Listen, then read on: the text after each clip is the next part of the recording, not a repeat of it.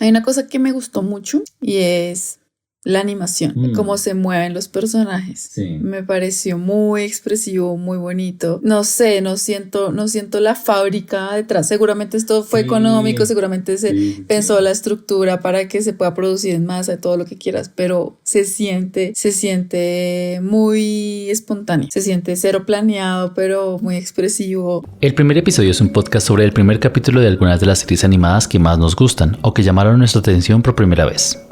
Aquellas primeras emisiones que le abrieron la puerta a los mundos que más nos apasionan o que cambiaron el panorama de la animación. Yo soy Mauricio Vargas. Y yo, Andrea Sánchez. Y hoy vamos a hablar del primer episodio de Ed, Edd y Eddy.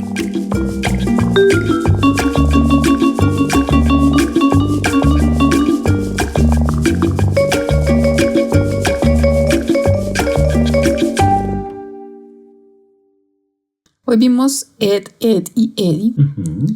Yo nunca la había visto. ¿Tú la habías visto? Sí, me gustaba mucho. Sí, la vi como en su auge, cuando era parte como de este grupo de Cartoon Cartoons. Digamos que era como una franja de Cartoon Network donde, digamos, los shows más vistos o los más populares se ponían como uno tras otro, creo que eran los viernes. Y lo vi bastantes capítulos, no me acuerdo de varios, me acuerdo de algunos personajes y ahorita que los vimos los volví a tener presentes, pero no me acuerdo de muchas cosas. ¿A ti qué te pareció? Bueno, yo tenía mucha expectativa porque este show es algo que se ha nombrado mucho y que yo he escuchado a muchas personas diciendo que es pues increíble. Entonces sí tenía expectativa de verlo y bueno, al ver el primer episodio me gustó mucho visualmente la vibración de la línea, los colores. También como un poco la inestabilidad de los encuadres y del ritmo que tiene el montaje. Creo que es algo para el año, me parece una propuesta arriesgada. Y sí, para el momento en el que salió entiendo por qué fue popular y por qué fue como wow, o sea, esto es diferente. Porque sí creo que es un poco caótico, desorganizado y dinámico. Sí. Pero la historia no me gustó, o sea, pensé que iba a ser mejor. Tenía unas expectativas muy altas, creo. Aunque entiendo el tema del sinsentido y el sinsentido adolescente o preadolescente. Sí. Eso me parece que es interesante, pero creo que esto no es una cuestión de un sinsentido, dejar a ver qué pasa y explorar con la historia. Sí. Siento que es algo mal logrado. No sé cómo. Mal logrado. Sí, que no sé, yo siento que hay ganas de explorar como un absurdo y creo que eso es algo que con el tiempo se ha desarrollado, el tema como lo absurdo, lo sin sentido, lo extraño, lo que puede suceder en la animación. Y de pronto este intento no me llama mucho la atención, quizás es porque de pronto es de las primeras veces que se intentó hacer, pero no sé, la historia no, lo que sucede no me llamó la atención. Incluso este primer episodio tiene dos capítulos, ¿no? Cada capítulo como de 10 minutos. El primer capítulo de este primer episodio, la historia, como que sí me pareció ridículo, pero la segunda incluso me molestó, fue como que no me gustó. El episodio que vimos tiene dos partes, los Ed tocables y atadas a Ed. En el primero, vemos al grupo de los Eds montar un negocio para encontrar a un merodeador que ha estado robando las pertenencias de los niños del barrio. Mientras que en la segunda parte vemos el primer encuentro que tienen los Eds con las hermanas Kanker. 3 hermanas que los engañan para entrar en su tráiler y que con el tiempo se convierten en las niñas más temidas de la serie.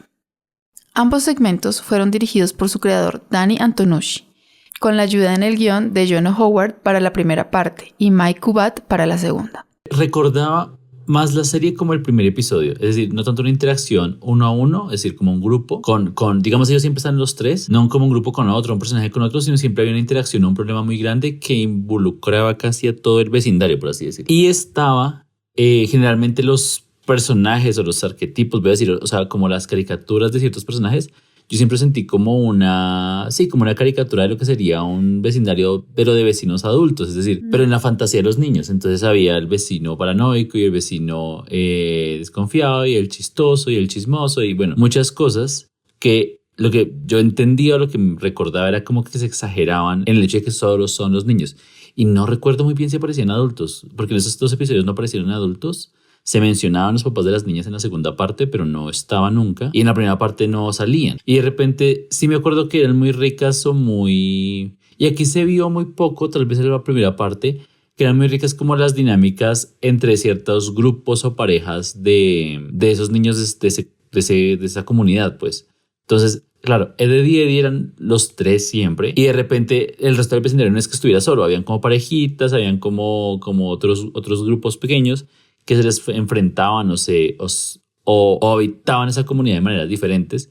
Y digamos lo que caracterizaba era que Ed y Eddie eran como los ridículos, no sé cómo decirlo, como los absurdos, y tal vez ahí como volviendo a la palabra que tú usaste, el absurdo. Ellos eran como los absurdos de la comunidad y los demás, claro, trataban era de como de aguantar o sopesar o tratar de hacerles pare o convivir con ellos, pero ellos siempre terminaban siendo como catástrofes de los ridículos que son. Y creo que el primer episodio o la primera parte de este episodio es mucho más acorde a eso de lo que yo recordaba que la segunda. La segunda es un episodio muy extraño que creo que está ahí como para introducir este grupo de hermanas, pero sí es incómodo, sí, la verdad, sí es incómodo.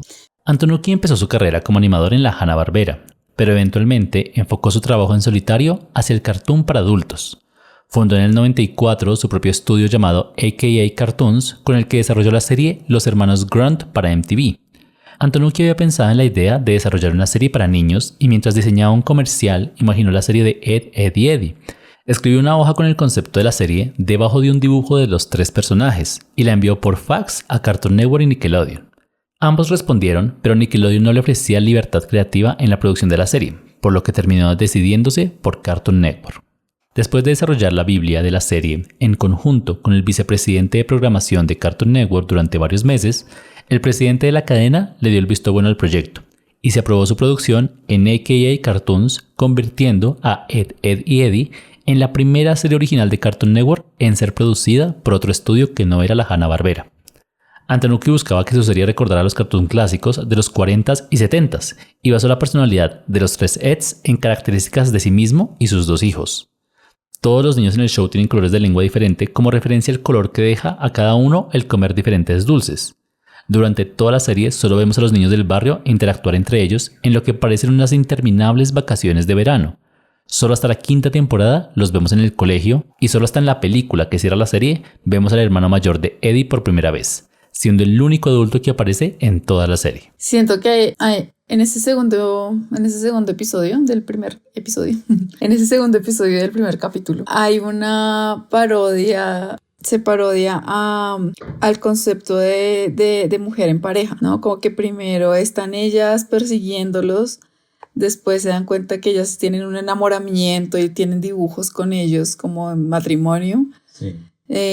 Los atienden, les dan de todo, luego los obligan a hacer grandes cantidades de limpieza, los insultan, los humillan y cuando ellos se van, les dicen que se vayan, cuando ellos se van a ir, les reclaman porque ya tienen unos junior de cada uno de ellos, como si fueran bebés. Y yo siento que eso sí está dentro de la lógica del show, que todos sean ridículos y todo sea una exageración de la vida real. Como que sí siento eso, como que todo es una exageración. Pero pues coger ese tema me parece difícil en este momento. Es algo que no funcionaría en este momento. Sí, como que sí creo que hay mucha parodia en la televisión y en los medios de esa época sobre lo que es una novia, una esposa, una mujer que ahorita no aplica. Y no, como que ya se entiende que sobre eso no está bien hacer esas bromas que realmente lo que hacen es ridiculizar a todo un género, generalizar o perpetuar, normalizar unos comportamientos de género, sí, como que hacer el chiste de que los papás están yendo y están dejando abandonados a sus hijos. Exacto. Y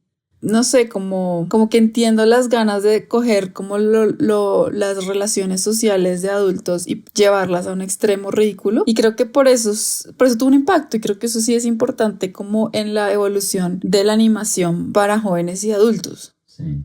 No creo que esto sea bueno para niños. En este momento lo pienso, pero imagínate, pues en ese momento, 99, yo creo que no se hacía mucha diferencia. Sí. Pero pues creo que es un buen momento, es como una etapa del desarrollo de la ironía y la parodia en la animación. Si volviera a ver otro episodio de esto, lo vería más como ir a un museo y ver cosas, ¿sabes? Como leer historia. Claro.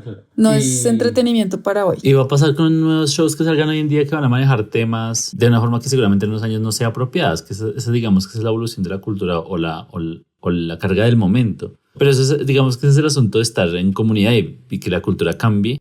Y tal vez lo que tú dices, como ver así como en un museo, ver lo normal que era hablar de ciertos temas de esa manera, tan cruda o como burlándose de esas cosas. Y ahora, ¿cómo funciona eso? ¿O qué imágenes ayudó a crear eso? ¿O qué imágenes erróneas creó eso en la gente que lo estaba viendo? Las parodias en animación se han hecho hacia acontecimientos actuales, pero también hacia géneros del cine u otros productos animados. Los shows más conocidos por sus parodias a otros proyectos o a la cultura popular han sido South Park, Rick y Morty, Family Guy y Los Simpson, una serie de la que ya hemos hablado en el primer episodio. Y en cuanto a este tema de, no sé, los encuadres que se caen, la vibración de la línea, los colores, como el caos visual que también genera, ¿qué piensas tú? ¿Crees que en ese momento fue algo nuevo o no? ¿O qué crees de eso? ¿Por qué esta propuesta artística? Yo lo veo como una de esas, como esa época donde las productoras o las personas encargadas como la distribución de contenidos o como contratar o dar luz verde a ciertos contenidos estaban probando y eran como muy abiertos a, bueno, ¿qué es lo nuevo? O sea, ¿qué es lo que sigue? Por ejemplo, somos Cartoon Network y somos un canal como muy apreciado en la cultura de la animación o de las caricaturas. ¿Qué podemos proponer y qué podemos hacer? Y yo siento que en esta época, como en los 90, finales de los 90, tanto Cartoon Network como Nickelodeon, como bueno, todos los que tenían como esas franjas grandes de animación, se dieron el chance de no pensar tanto en tener la razón en lo que la gente quería ver, por así decirlo, como decir, preséntenme un pitch y yo decido qué se quiere ver, sino de que llegue algo nuevo, raro y diferente y darle luz verde y probemos.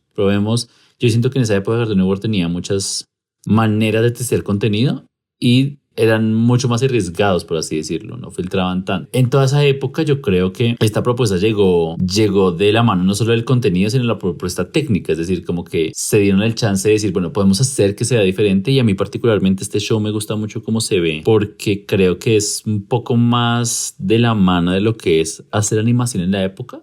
Es decir, hoy en día la cantidad de software que hay donde el mismo software pule un montón la imagen, la línea, el color, el acabado, es normal y yo entiendo y como que es propio y casi natural de ese software o de la herramienta que todo sea tan pulido y tan limpio, pero siempre pensé que es un poco contra la naturaleza del trazo de la mano, ver que todo sea una línea consistente, perfecta, suave, y creo que esto es un poco más honesto de lo que puede ser el medio de cómo se hacía en ese momento.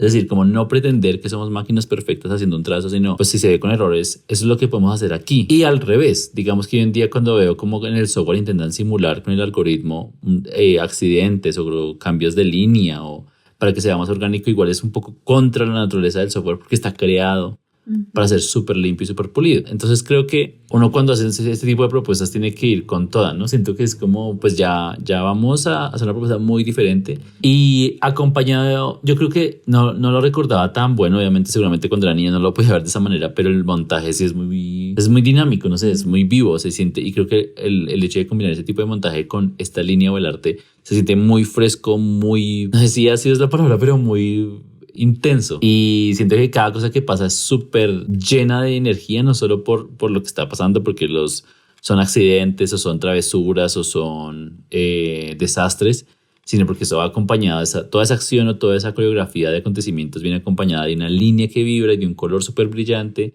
y de unas formas en el fondo que saltan un montón, y es como que genera mucho... Le pide mucho el ojo, ¿no? No es tan tranquilo de ver. Aunque bueno, yo de niño pues veía esto cualquier cantidad de tiempo, pero ahorita claro, lo pienso más y digo, pide mucha atención. Tradicionalmente, las cadenas de televisión han usado un episodio piloto para testear un nuevo proyecto antes de producirlo completamente. Este episodio suele mostrarse a grupos de testeo o en franjas especializadas donde se pueda recopilar información de espectadores y hacer los cambios pertinentes al proyecto para hacerlo más viable a nivel masivo.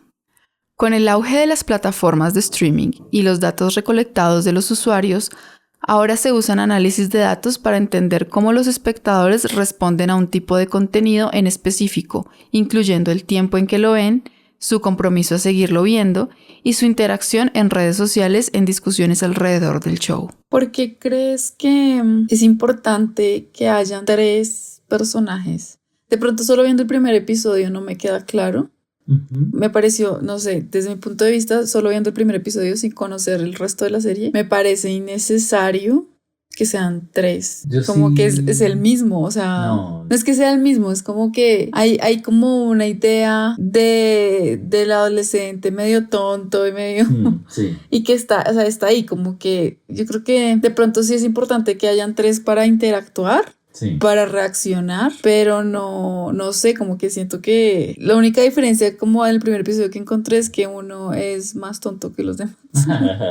Pero no sé, no me pareció tan significativo, no sé. No, yo creo que... ¿Por qué 3? Yo creo que la comedia específica que busca el show, que es como una comedia muy física, sí necesita tal vez 3 aristas diferentes del mismo adolescente, eso tal vez sí. Como que de golpe es el mismo adolescente... Sí, como torpe y como ingenuo, pero sí, yo sí siento que son 3 diferentes para poder exteriorizar o visualizar o poner en riesgo o arriesgar o ponerse en la aventura, mejor dicho, o en el desastre. Muy interesante lo que dices de que es importante que sean 3 para que sea, porque es una comedia física. Porque sí, también es la idea de los 3 chiflados, sí, como que es algo, claro, los 3 chiflados, sí, uno puede decir, bueno, es el mismo personaje tonto por 3, pero no, es desde su forma física ayuda también a, sea uno más gordo, otro más flaco, otro más alto, para poder provocar los gags físicos de acción-reacción entre uno y otro. Entonces, sí, creo que tiene mucha lógica. Porque si fuera el mismo, solo podríamos intuir su proceso mental, es decir, cómo están a tomar decisiones, pero creo que al separarlos pueden ser un poco más absolutos, cada uno en su papel, y decir, bueno, si yo soy el vivo, bueno, que tiende a tomar ventaja, siempre voy a tomar ventaja, nunca lo voy a cuestionar, nunca voy a intentar seguir las reglas o simplemente dejarme llevar por el instinto, siempre voy a intentar sacar provecho. Y casi que solo genera situaciones donde uno puede anticipar qué va a hacer cada personaje y al momento de que uno entre o que llegue otro personaje de los amigos, uno anticipe o medio se emociona de lo que puede pasar, porque ya más o menos tiene muy claro una sola dimensión de lo que sería esa idea de adolescente. De hecho, sí tiene un par de secuencias muy 3 chiflados, cuando están limpiando y se estropellan con todo y se resbalan, y el que tiene el como el globo en la cabeza, el de submarino, es demasiado... Apela mucho a esa comedia, sí.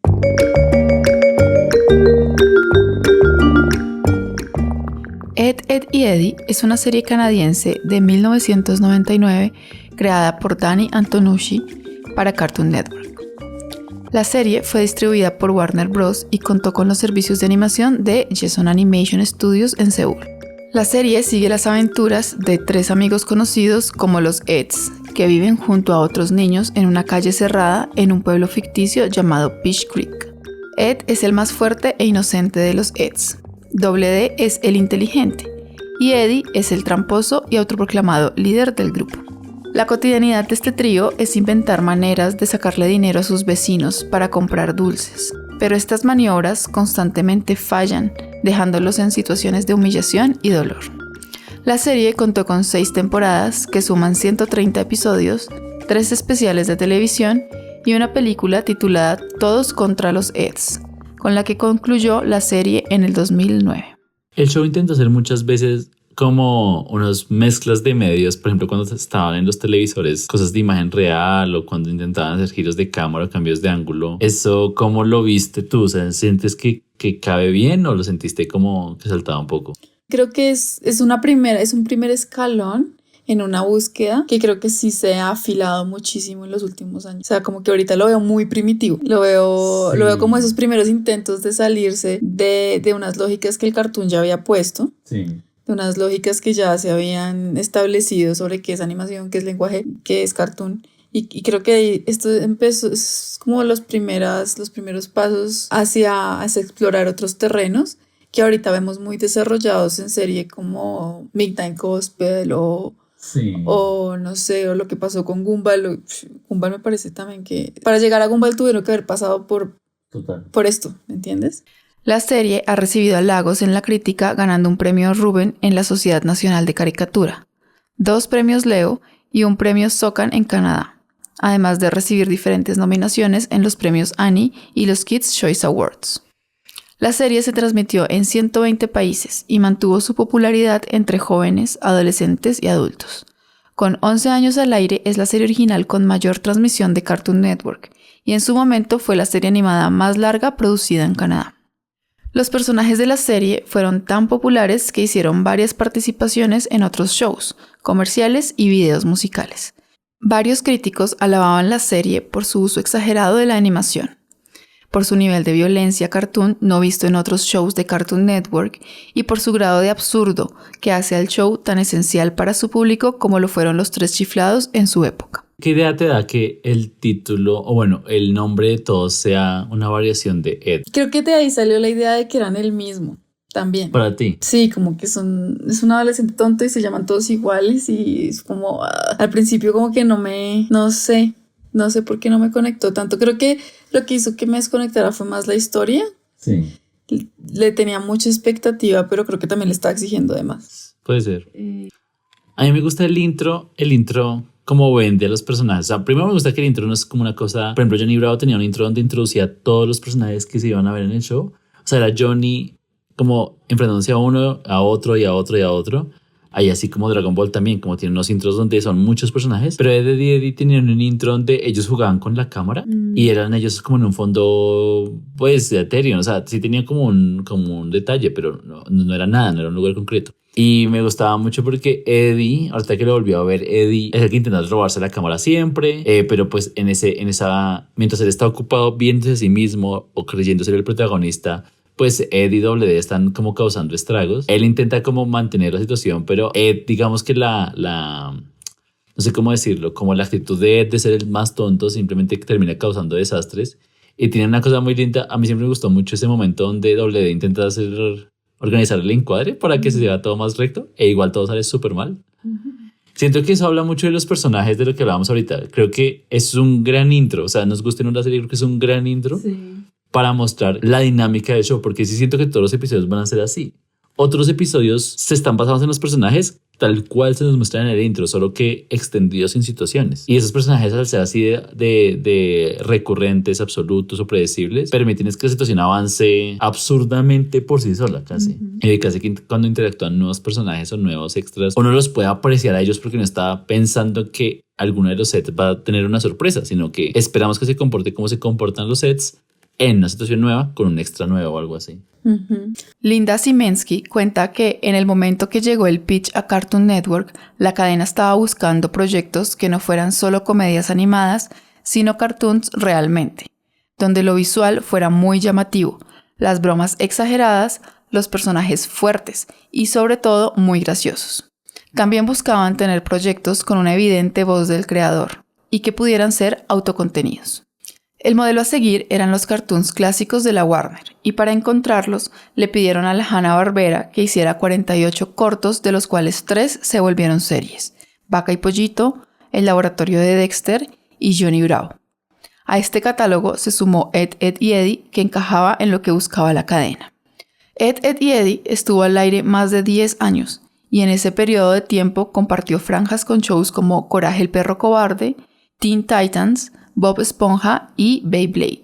Hay una cosa que me gustó mucho y es la animación, cómo se mueven los personajes. Sí. Me pareció muy expresivo, muy bonito. No sé, no siento la fábrica detrás. Seguramente esto fue económico, seguramente se pensó la estructura para que se pueda producir en masa, todo lo que quieras, pero se siente muy espontáneo. Se siente cero planeado, pero muy expresivo, y la exageración que tiene no es una exageración. Yo no sé qué es lo que hace que parezca que tenga esas propiedades del cartoon, pero que no es cartoon. Sí. Pues no es propiamente lo que conocemos como lo clásico del cartoon, mejor dicho, porque obviamente que lo es, pero en otra etapa. Pero el acting, la forma de moverse, sí lo sentí como muy auténtico. Sí. No, y el diseño de los personajes creo que se presta para eso. Y creo que es una descripción súper linda lo que dices de no se siente la fábrica detrás o la industria o el método detrás, sino se siente una creación.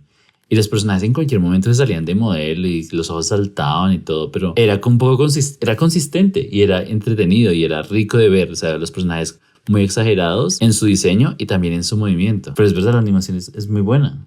A pesar de que no tenga la mayor fluidez del mundo, se ve muy bien. Y proponen cosas que creo que sí, es un cartoon diferente. Entonces Eddie se podía parar sobre su lengua y de repente podían comerse estos caramelos que eran más grandes que sus cuerpos o cabezas.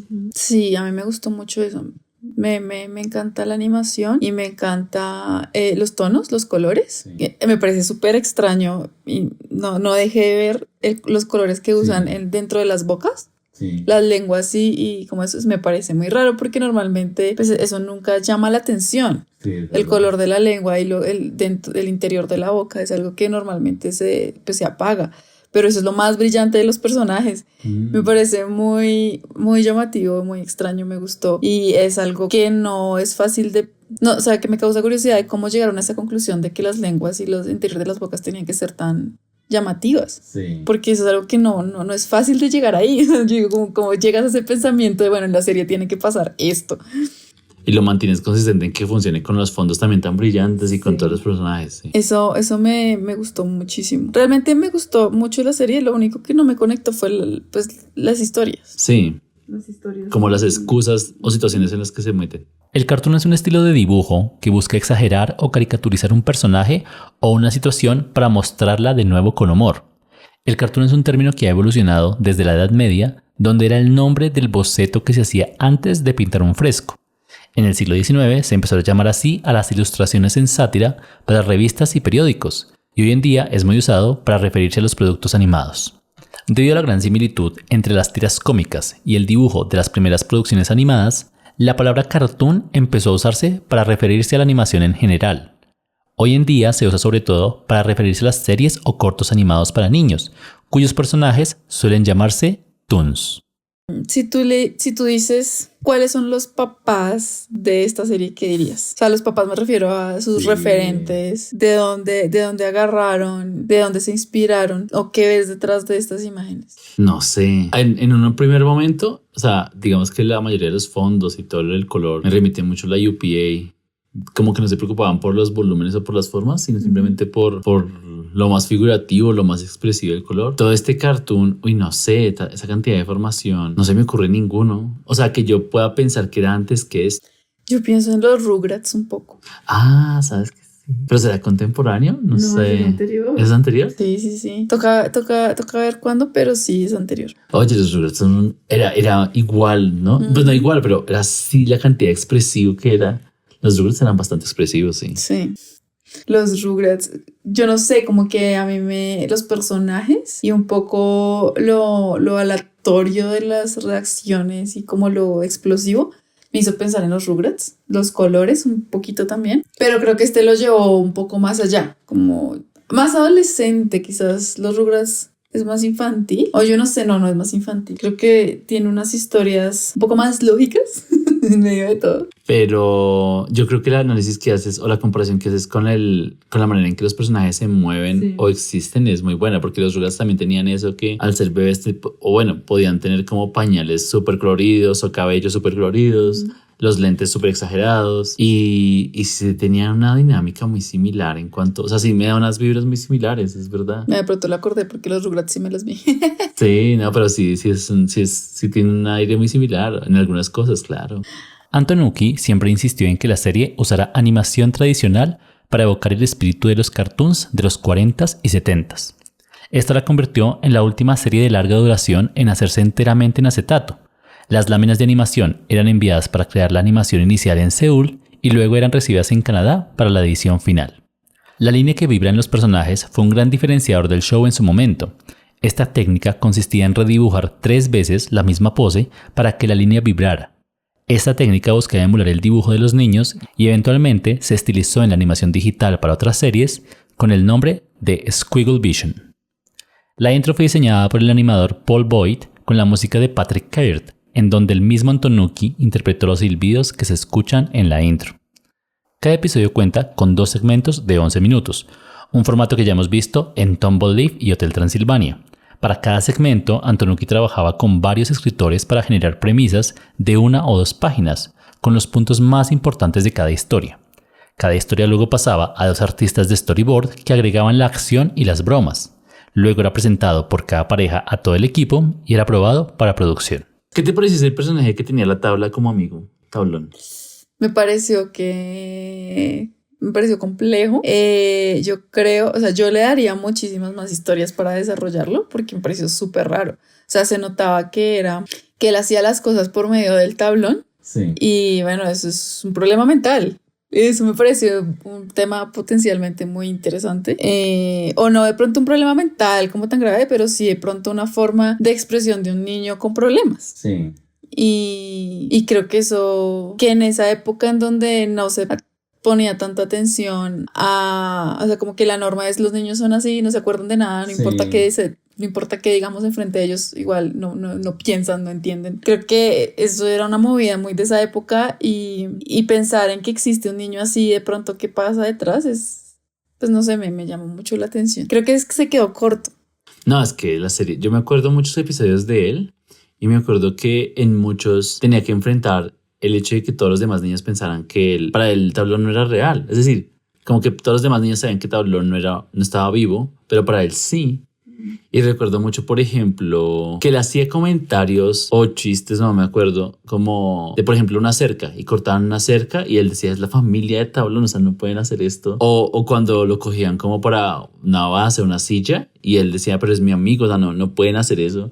Y hay varios episodios, o sea, no podría acordarme ahorita cuántos ni qué pasa específicamente, pero donde él sí se enfrentaba a tener que defender la idea de que su amigo estaba vivo. Ese me parecía fuerte como idea de unos niños, y tal vez me acuerdo un poco lo que hablábamos en el episodio de Mansión Foster para amigos imaginarios, donde está esta idea que para muchos niños es, pues, no necesitamos que sea real para ser importante, de tener la imaginación y darle vida a cosas o darle vida a objetos o darle vida a juguetes y luego cómo uno trata esa separación o ese abandono de esa idea. Y ese niño me acuerdo que siempre se enfrentaba a la idea de tener que defender la idea de que su amigo era real para él. Es que también es como la idea del loco, ¿no?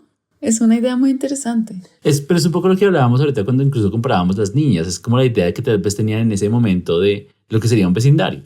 El chismoso, el loco, la soltera, no sé qué. Es como, tal vez en ese momento no nos veríamos así de una forma como tan alegre y nos tendríamos un poco más de cuidado por lo del género, la edad, los problemas mentales. Pero yo me acuerdo mucho en esa época como ese personaje me intrigaba, por lo menos en las situaciones en que se había enfrentado para defender la idea que tenía de su amigo. E incluso muchas veces me parecía un acto lindo como de solidaridad. Los demás niños aprendían a defender a Tablón y aceptar pues que eso era parte de ese niño y era respetuoso hacerlo parte igual de la comunidad con lo que él quería hacer. Sí, yo creo que uno no debería mirar atrás como diciendo, ¿por qué pasó esto? ¿Qué desgracia? ¿Por qué hacían las cosas así?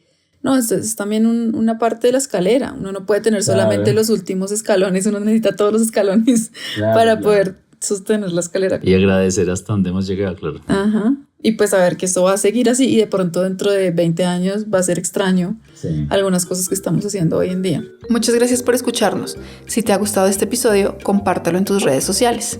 Y acompáñanos la próxima semana en una nueva emisión del primer episodio.